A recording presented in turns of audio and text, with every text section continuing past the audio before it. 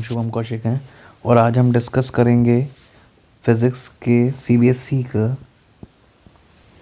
2024 का question paper जिसका code है 55/3/3, इसका सेट नंबर 3। ठीक है, हम ऑलरेडी सेट 1 एंड 2 को डिस्कस कर चुके हैं। ठीक है, लिंक आपके डिस्क्रिप्शन बॉक्स में है तो वहाँ पर आप इसको डिटेल में देख सकते हैं। सेट 1, 2, 3 में most of the question common रहते हैं, तो जो कॉमन नहीं होंगे हम थर्ड में वो ही डिस्कस करेंगे। ठीक है, और बाकी क्वेश्चन के सॉल्यूशन देखने के लिए सेट 1 वाली वीडियो देख लीजिए, उसमें हम सब ने उसमें सबको डिस्कस कर रखा है।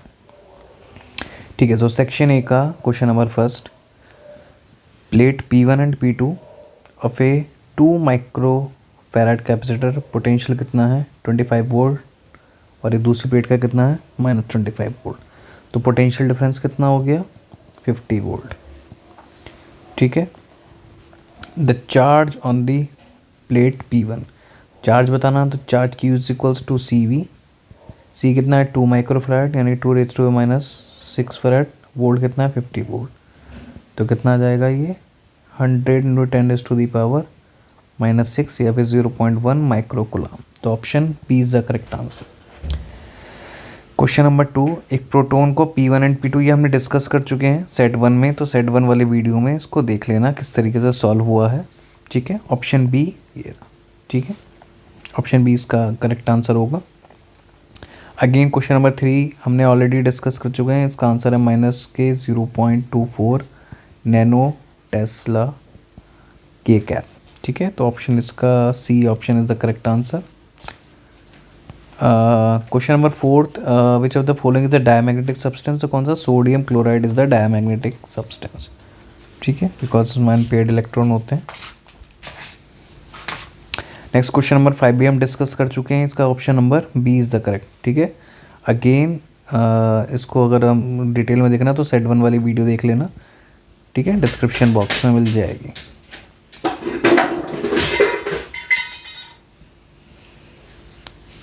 ठीक है, now question number 6, average value बतानी है। ठीक है, तो वोल्टेज कितनी ये दे रखी है, एवरेज वैल्यू बतानी है for the first half cycle, तो V is equals to V0 sin ωt, तो यहाँ पर V0 कितना हो गया 157 वोल्ट। और अगर हमको एवरेज बतानी है V average is equals to, तो 2V0/π। ठीक है, तो 2 × 157 डिवाइडेड बाय पाई। ठीक है, तो ये आ जाएगा 314 और पाई की वैल्यू थी 3.14। ठीक है, तो इसको सॉल्व करके कितना आ जाएगा 100 वोल्ट, तो option D is the correct answer.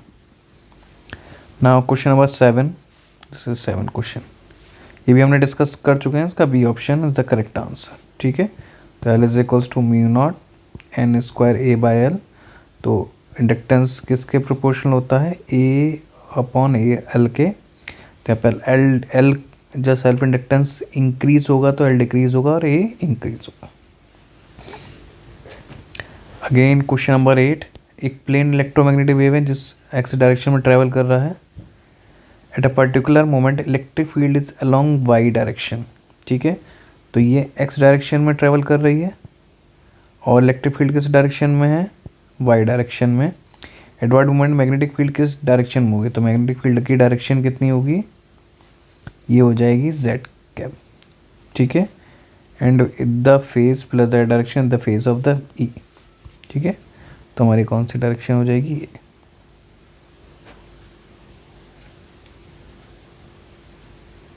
ठीक है, sorry E×B is equals to I cap होना चाहिए, एक्स डायरेक्शन में हो रहा है, तो ई की डायरेक्शन कितना है जे कैप, तो बी की क्या वैल्यू रखें कि आई कैप आ जाए, तो यहाँ पर क्या आ जाएगा के कैप, यानी कि same z + z direction. Question number 9, ये भी हमने सेट 1 में डिस्कस कर चुके हैं, इसका ऑप्शन कितना है option B. Question number 10, matter wave associated with electron kinetic energy k is lambda. ठीक है, तो काइनेटिक एनर्जी के टर्म्स में क्या होता है H/2m k या E। ठीक है, यहाँ पर काइनेटिक एनर्जी कितनी दे रखी है k, तो हमने k रख दी है। काइनेटिक एनर्जी का क्या कर दिया, काइनेटिक एनर्जी को डबल कर दें तो लैम्डा कितना हो जाएगा λ/√2। ठीक है, तो ये option A is the correct answer. Option 11 को भी हमने डिस्कस कर चुके हैं, इसको सेट 1 और सेट 2 दोनों में हमने डिस्कस कर चुके हैं, तो वो वीडियो देख के आप इसको समझ सकते हैं। इसका ऑप्शन है डिक्रीज बाई 87.5%।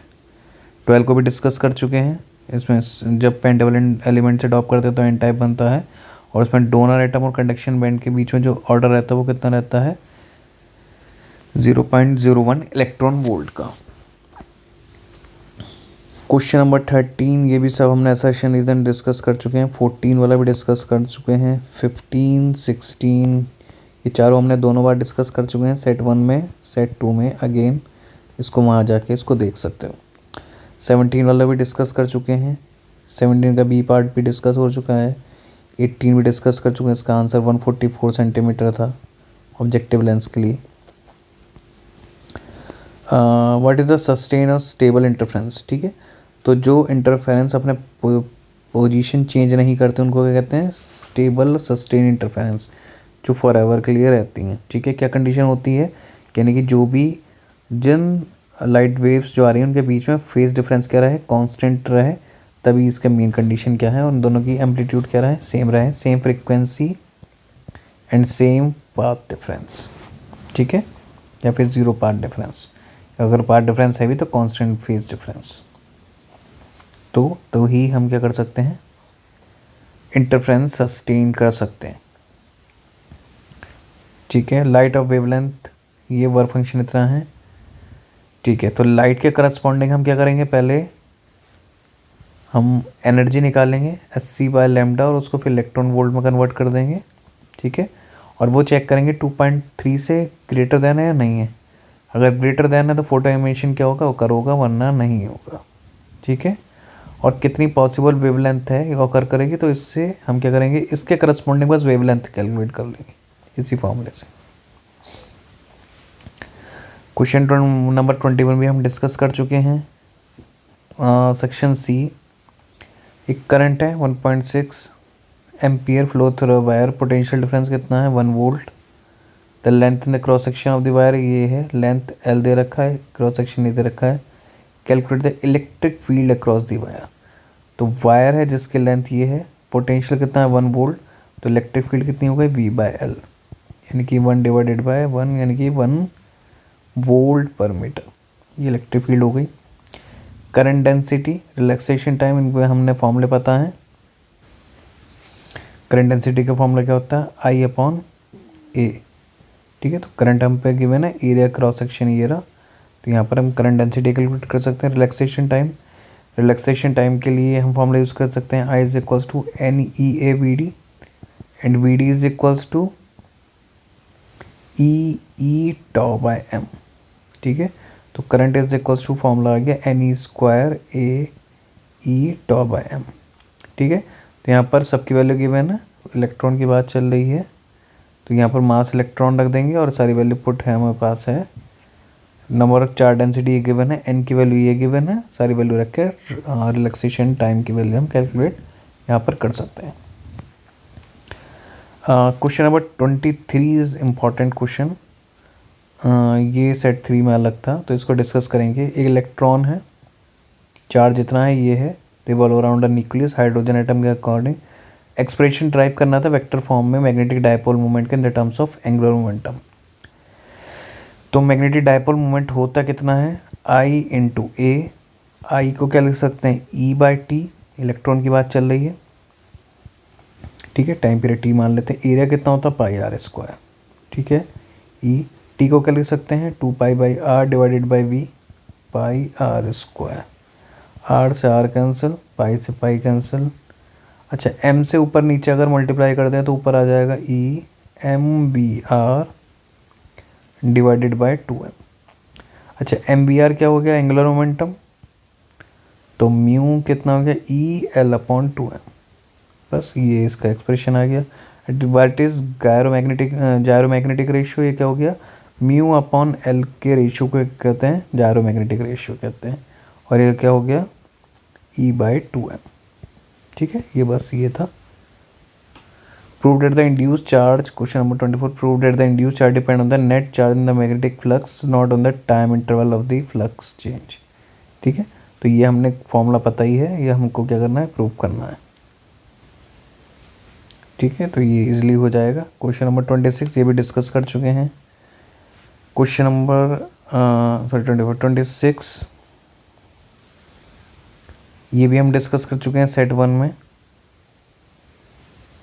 नहीं, इसका ये हमने बोर थ्योरम करा है, इसको देख लेते हैं. चलो एक बार.